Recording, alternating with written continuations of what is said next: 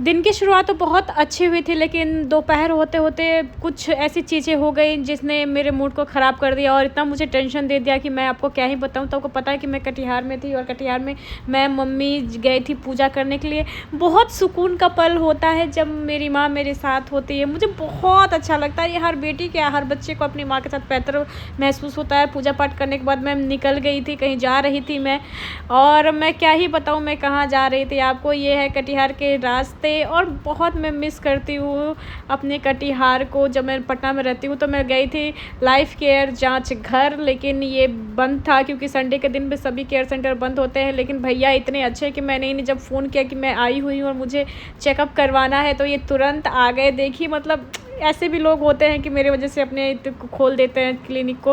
मुझे बहुत अच्छा लगा, इन्होंने फिर मेरा नाम वगैरह सब जो है नोट किया और फिर जो प्रोसेस है वो स्टार्ट कर दिया। मैं इनको बोल रही थी प्लीज़ मुझे दर्द ना हो, मैं उनको बोल रही थी प्लीज़ भैया प्लीज़ बहुत अच्छे से कीजिएगा। फिर मैं उन्हें खुद ही बता रही थी कि यहाँ पर नर्स है, मेरा बोलते रहे हम डॉक्टर है तुम नहीं हो। तो हम बोले नहीं आप ऐसे नहीं कर सकते हैं, आप अच्छे से कीजिए, मुझे दर्द होगा। पर मुझे जो इतना सुई से डर नहीं लगता जितना बाकी लोगों को मैंने देखा है नौटंकी करते हुए, मुझे ऐसा नहीं लगता है। मैं बिल्कुल आराम से अपना ब्लड निकलवा लेती हूँ। भाई ब्लड निकलवाना इतना आसान नहीं। फिर मैं अपना फेस जो मैंने है उधर कर दिया। उसके बाद फिर भैया ने मेरा सब कुछ लिख लिया और फिर वो मुझे बोले थे कि मैं कल तुम्हें भेज दूँगा रिपोर्ट। और ये जो है ना धोबी टोला है शायद में भी इधर विनोदपुर से थोड़ा सा आगे आएंगे पुतुल मेडिकल से, तो ये यहीं पे है लाइफ केयर सेंटर। इनको आप घर भी बुला सकते हैं। मैं घर नहीं बुलाना चाहती थी इसलिए मैं खुद ही चल गई थी। मैं नहीं चाहती थी मेरे परिवार को पता चले कि मेरी तबीयत ख़राब है। और फिर मैं चली गई थी पार्लर जहाँ पे मुझे अपने बालों में जो डैंड्रफ ट्रीटमेंट है वो करवाना था। और मैं आपको बता रही हूँ कि कटिहार में सबसे बेस्ट अगर कहीं कोई ट्रीटमेंट होता है तो ये यही होता है।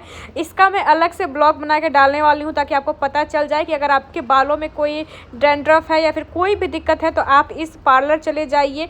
ये नीतू किशोर दी का पार्लर है जो पहले जहाँ पे मैं रहती थी वो वहीं पे अवस्थित है। इसका फुल एक रील मैंने बनाया हुआ, मैं आपको अपलोड कर दूँगी ताकि आपको पता चले कि आपको जाना किधर से, क्योंकि बहुत लोग नहीं जा पाते हैं। और फिर मेरे पापा मुझे लेने के लिए चले आए थे। बहुत अच्छा लगता है कि मेरे पापा मुझे लेने के लिए आते हैं। और फिर ये मैं जा रही थी बालों का ट्रीटमेंट करवा के। देखिए मेरे बाल कितने शाइन और चमक रहे हैं, आप देख सकते हैं कि मेरे बाल कितने लाइट कर रहे हैं। भाई नीतू दी ने तो मेरे बाल को बिल्कुल अच्छा ऐसा कर दिया है कि मानो मुझे लग रहा है कि जो 10 दिन नहीं धोऊंगी तो ऐसा चलेगा। फिर मेरे पापा चले गए, सीधे घर चले गए। और फिर हुआ ये क्या कि मैं वापस आ गई थी गोलगप्पा खाने के लिए। इतने दिन के बाद मैं आई हूँ तो गोलगप्पा खाना तो बनता है। फिर भैया मुझसे पूछ रहे थे भाई बहुत दिन के बाद आई हो।